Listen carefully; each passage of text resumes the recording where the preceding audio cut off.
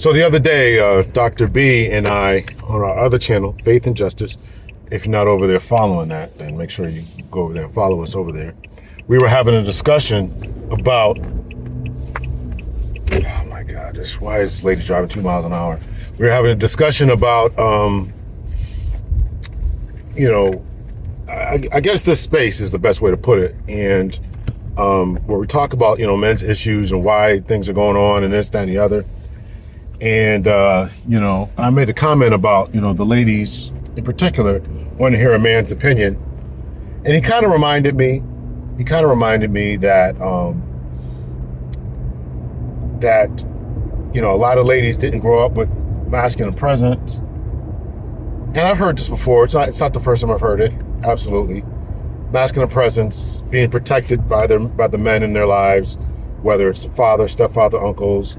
A lot of people just haven't experienced that type of wisdom, guidance, and or protection from these men. I started playing with my lighting here. I don't know if it's working or not. Anyway, so and then also one of the last videos I posted, there was a comment made about men not being, protectors, right? So this is kind of coming at me from a couple of different angles here. So I want to acknowledge that. At the same time, I want to talk to you ladies about how not to be a victim, right? So the other day I was scrolling through Instagram. Actually, I think it was this morning. It's been a while since I did that. I'm really proud of myself, right? Trying to stay off of that, change my algorithms and all that. So anyway, so I was doing it and I came across a story about some lady. I don't know how true it is. I don't know. I look for the news story, but some lady who she was in a 3-week relationship. So let's just take this as face value as true. And from my time in law enforcement, I can tell you this story is absolutely believable, although I don't have the exact citation or source or news, whatever. And I didn't screenshot and I didn't save it on Instagram, so I can't show it to you. Anyway, so she was in a 3-week relationship with this guy, and supposedly the guy, she caught him cheating or something. Something happened where she got so mad after 3 weeks of being in a relationship. 3 weeks. Not 3 months, not 3 years, 3 weeks of being in a relationship with this dude. She then goes to his apartment. How she gets in, she must have had a key, otherwise she broke in. But she goes to his apartment and breaks all this stuff, tears the TV off the wall, and there's screenshots, on social media and stuff about this. So I think it was on Facebook too. So he in turn retaliates, and he in turn retaliates, goes over to her apartment, beats her up, causes all kind of black and blue marks, and then knocks her teeth out, takes her teeth out, a couple of front teeth out. I believe he used some instrument to do that. I don't want to give too much, but I don't want to give people an idea about how to do stuff, criminal stuff. But anyway, so he ends up, really doing some damage to her. I don't have the stories, so can read whether they were both arrested. He was arrested, I don't know. But I want to talk to you guys about being wise, having protectors, having wisdom, all this stuff, right? Because, it's... I talked about this. I'm teaching a class right now. I'm really struggling how I want to get this out here. So I teach a class right now. It's called Theories in Crime or Theories in Criminology. I really should know the title of it. Anyway, one of the main subjects we talk about is victimology, right? Victims, how victims are victimized, and how you can stop being a victim, learn from your mistakes, walk in different environments, et cetera, et cetera. No, it's not good to blame the victims and all that. I get that. But there are measures you can do in order not to put yourself in a situation where you're being harmed. There just are, right? If you never lock your doors and you park your car outside and you don't ever lock your doors, you can't complain when somebody comes along in the middle of the night and just trying door handles, and just tries to get it open and just tries to, see what they can steal. You got to lock your doors. Right? So that's how not to do that, right? Another part of victimology is how we deal with the psychology after that, right? The stress, the dealings with, I don't want to call it post-traumatic stress, but But it's, it's a similar type of feeling when you feel victimized and feel helpless, and it causes your whole presence and essence to change. You start sleeping, with the knife into your bed, or get all this other stuff that goes along with that. So we kind of discuss all that. So I want to talk to you ladies about not being a victim, right? So first thing, right? I mean, there's so much wrong with this, right? The first thing is how did this guy get into this situation where he deals with a woman who is that volatile after 3 weeks, right? So to me, there's blame on both sides. This woman obviously had the key to your apartment. Or she broke in. So don't give your keys to your apartment to somebody you know for 3 weeks. Whether they known each other for 3 weeks or they just decided to be together for 3 weeks. Bad idea. Bad idea. What would make you as a woman get that upset with someone to go over to their house after knowing them for 3 weeks? Why are you feeling that betrayed? I'm not saying you weren't betrayed. I'm not saying that there's no feelings of whatever, but after 3 weeks you develop these strong type of emotions.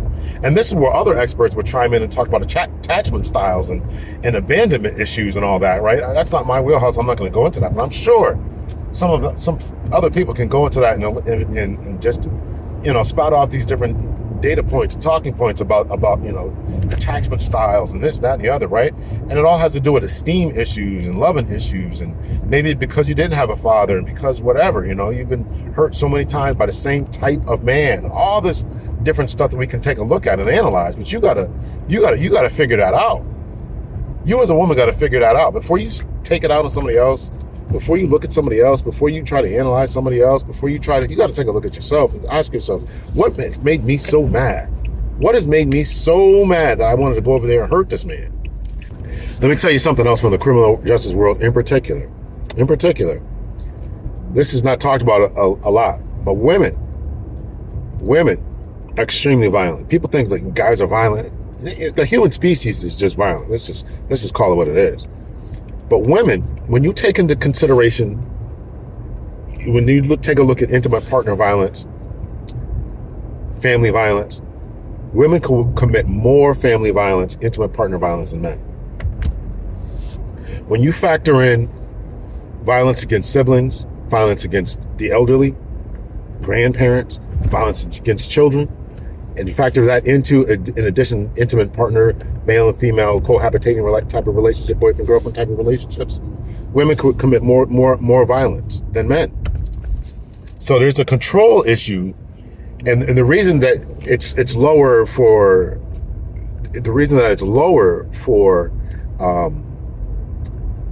men, violence of intimate partner between men and women, is because the women are smaller and they know that they won't win the vast majority of the time. Doesn't mean they don't try. Doesn't mean they won't grab a knife, a skillet, a firearm or something like that. Doesn't mean they won't do it.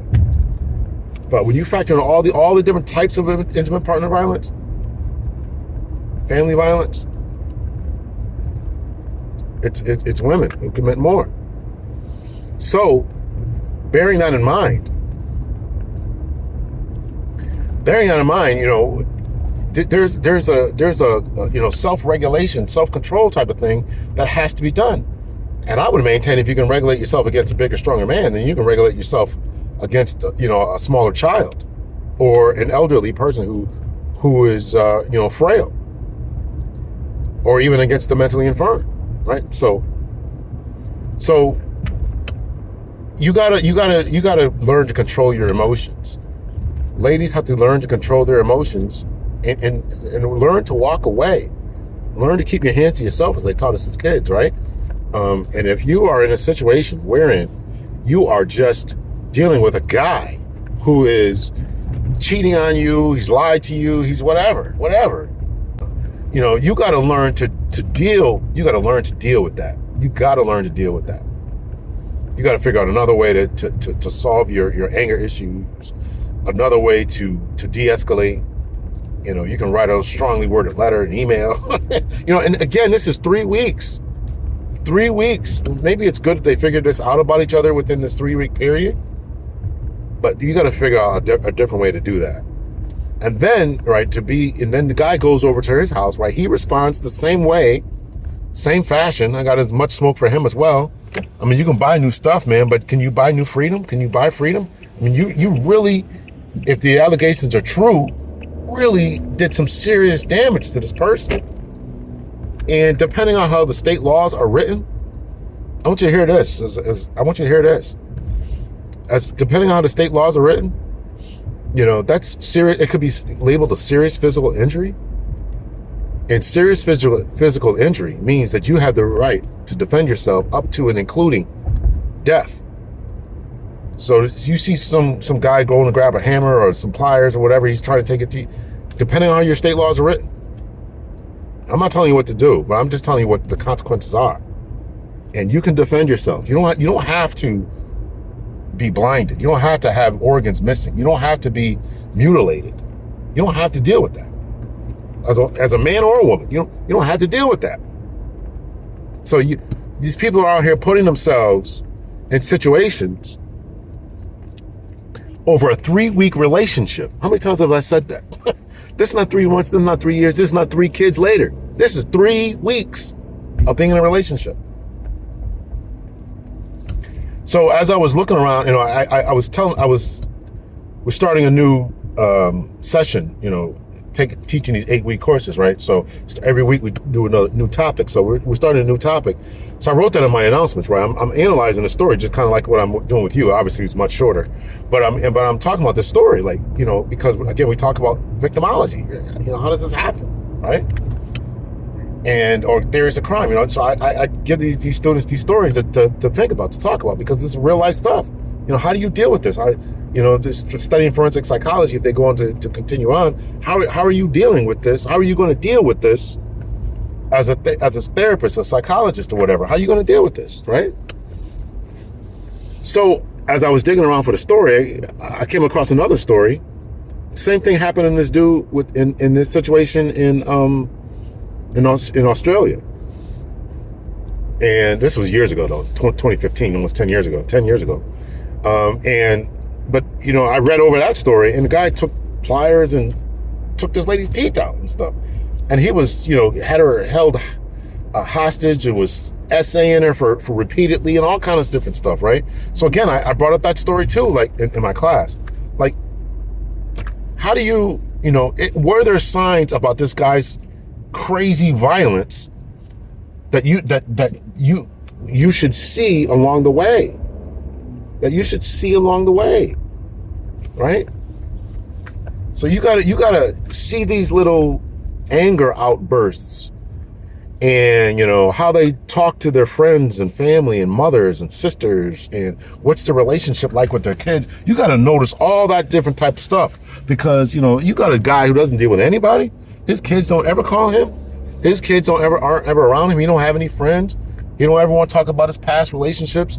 These are all red flags. You got red flags. I don't mean, I talk about yellow flags, caution. I'm talking about red flags. You need to get away from people like that. Particularly, our age group, right? You got a guy who's 45 or so. He don't have no family, no friends, and right? He can't ever keep a job, right? And he might have some serious anger issues that nobody wants to be around this dude, right? You gotta know. You gotta take all this information in. In my time in being a police officer, right? They used to tell us, right? It's difficult, right? But you got to take all this information in. Being a police officer is really a cognitively stressful type of job, right? You got to take a lot of information in, right? You got to be looking and hearing, peeping around corners, seeing who's lurking here, there, listen for sound, listening for particular types of sounds, listening for silence, this, that, and the other, all this different auditory and visual information you have to take in and kind of paint a picture. And so I'm asking you, you ladies, ladies and guys, right? You got to do all that same type of stuff too, right? You got to do all that type of stuff. You got to take in all this information about these people that you're dating, right?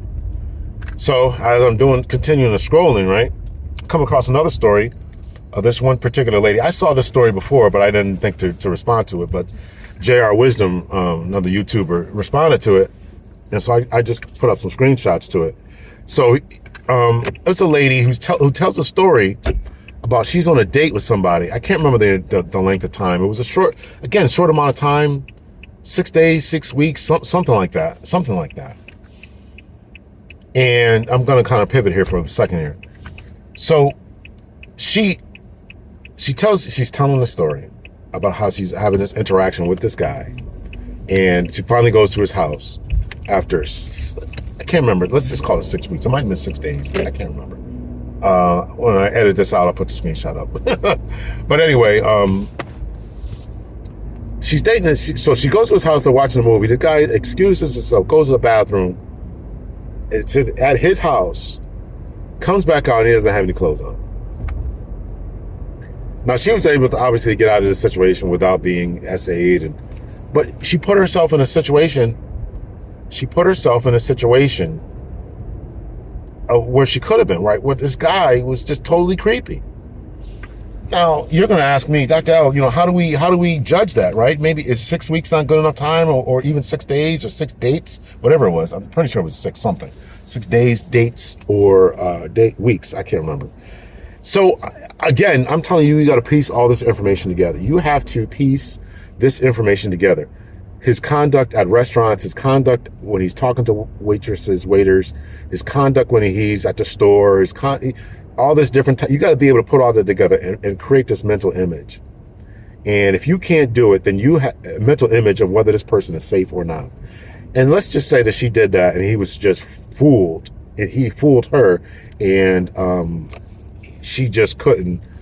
She just got tricked, and fortunately, she was able to get out of there without this guy coming back out with his clothes on and didn't try anything, more. And I guess the stern look on her face and whatever other conversations they had, she was able to get out of there. But she's like, this is the weirdness here. This is the weirdness that's going on out here.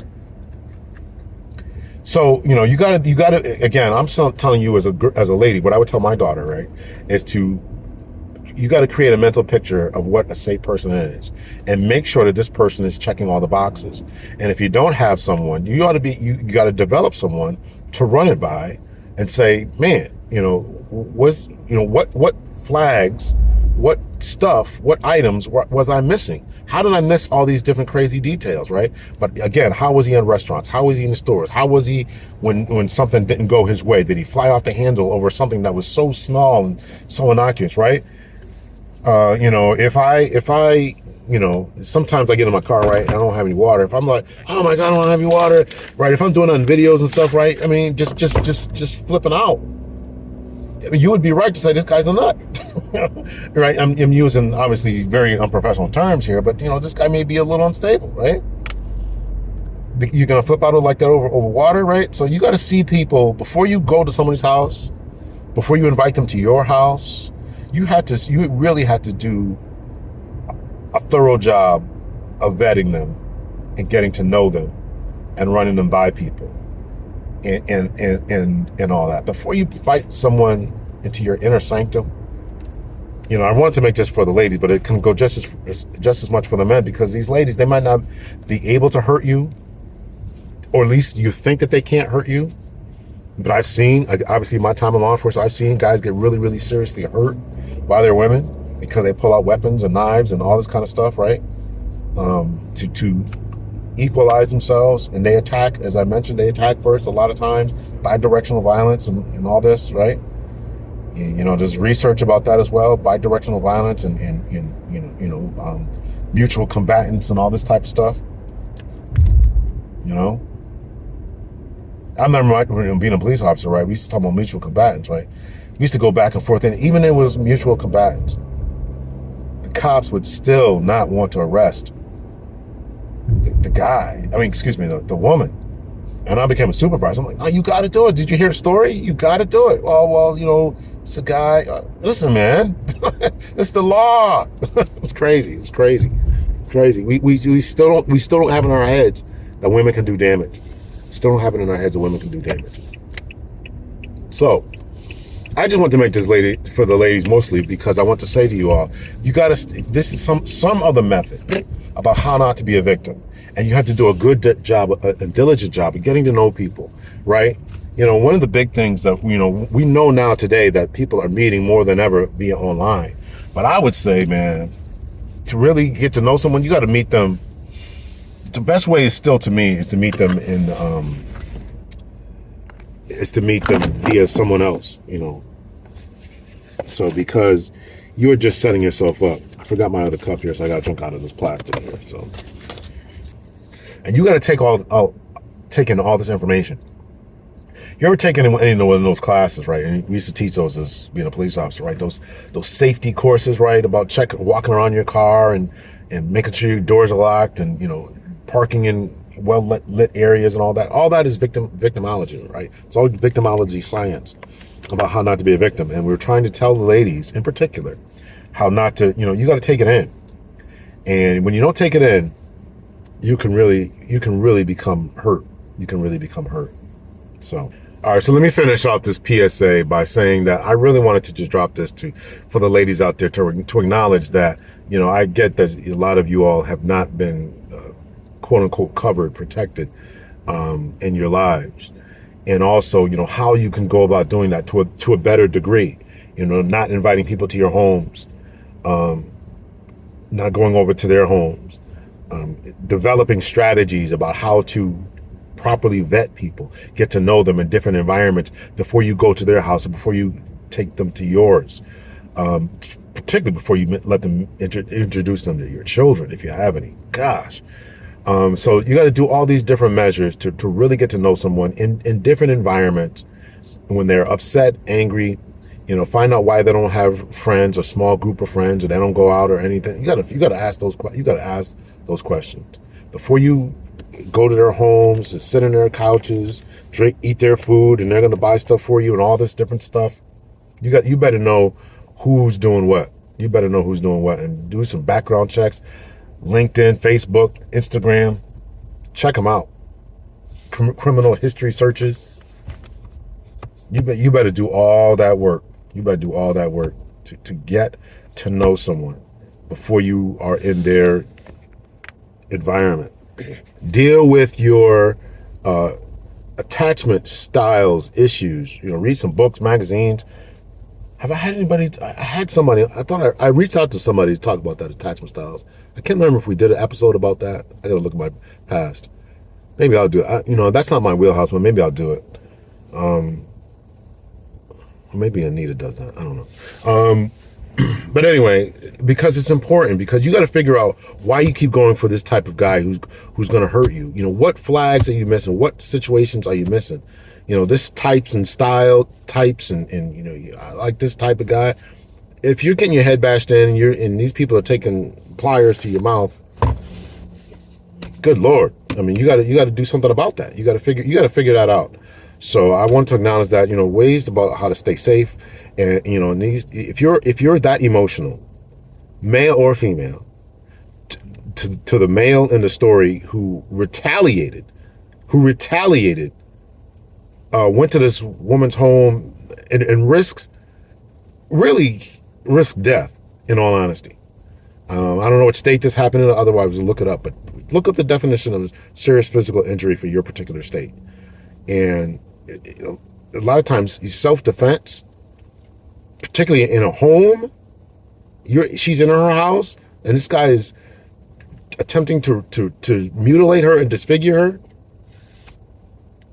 It may be in a case for justifiable defensive homicide. So as a man, you got to think about that too. Before I go out here and act, how are the police going to treat me if they catch me? How much time am I looking at?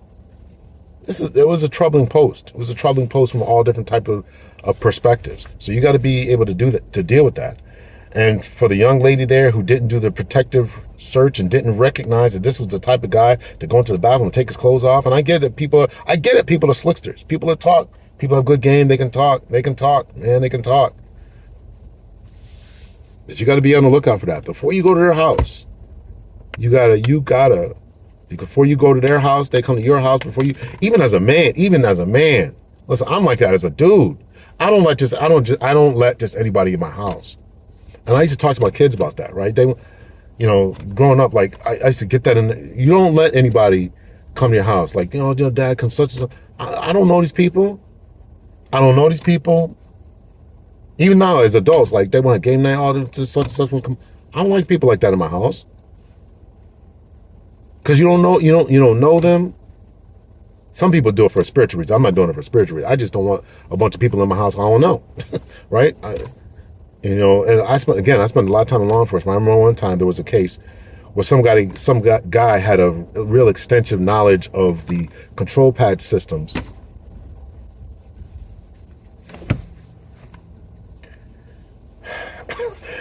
I thought this lady's gonna partner. This guy had a real extensive knowledge of control pad systems. So he was able to type into this thing and get this control panel not to activate when they set the alarm. People set you up all type of different ways. They want to know what's going on. I had a friend I played chess with. This cost him his marriage. This story I'm about to tell you. A friend I played chess with. We played chess all the time. I mean, a couple times a week we were at each other's houses playing chess, or we would go to these different. We were going to different places like Dunkin' Donuts or to Burger King or all these couple of different places to play chess. A bunch of us. It was a group of us, and he met this dude who was himself, he was a chess player, but he learned inside. He learned while he was giving time to the state. So he invites this dude to his house, and I went to my friend's house as well. But he invited another friend another new dude that we came into our chess circle. He invites this dude to his house, and the dude shows up with his boy. He's like, and he let him in. So I'm on the PD at the time, right? So he calls me up and tells me the story. Wants to know what I should do. So he lets the dudes in. They're playing chess. Him and the dude is playing chess. The dude's cousin says, "Yo, can I use the bathroom?" Goes upstairs and robs this dude blind. Takes all of his wife's jewelry, all of his watches, all this stuff, right? Comes back downstairs, sit there, play a couple more games, and then they bounce out, and then he realizes the dude burglarized him. It wasn't a robbery, but steals his stuff. Calls me up and asks me the story. What he should do. I told him to call the police, this, that, and the other.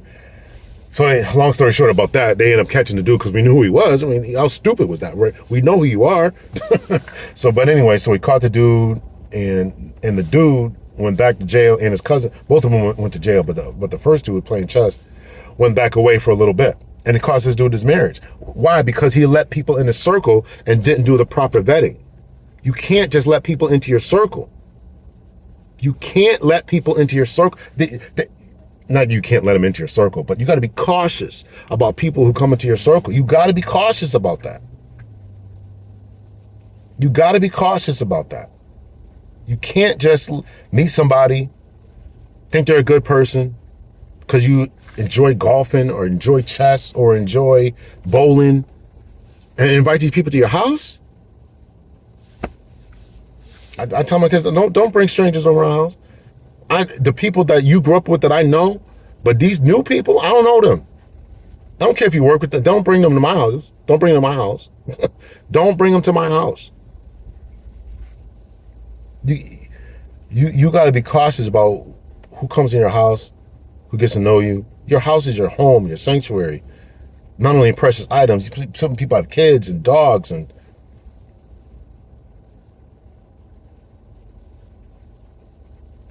And you boys out there gotta learn that, right? I see some Instagram videos about women complaining about their overprotective sons. Yeah, that's the way they should be. Your sons should be overprotective. You're their mother. They should be overprotective. Absolutely. I saw this one where this lady was saying she had 3 sons and a husband. Talking about they should be overprotective of you. They should be that way. And you ought to love it. You ought to love it. And the boys out there, right? So it always baffles me when I see boys, right, just not treating the women with because that's where I grew up. That's where I grew up with respect and stuff, right? And so I used to I instill my sons, right? We answer doors around here. The women, my daughter and my wife at the time, they don't answer doors. They used to come tell me somebody's at the door. Yeah. And then when my sons got over 13, 14, 15, we all answering the door. I'm teaching these boys how to answer the doors. Let's go. Let's go see who's at the door. Don't open it. You talk to them through the door. Go outside and look out a window. That's what you should be doing as a woman. Don't open up these doors. Amazon drivers and packages and stuff. Don't open up the door till these people pull off. You should have a camera if you can afford it, right? I understand everybody don't have that. You should have a camera, right? Dog to bark or something. You're living by yourself, kids. You don't answer doors. You look outside the window. You talk to the people. You go upside. If you have it upstairs, you go upstairs and look at it, right? Don't open up the doors. So this is how we stay safe, y'all. So I made this long enough. Hit me in the comments.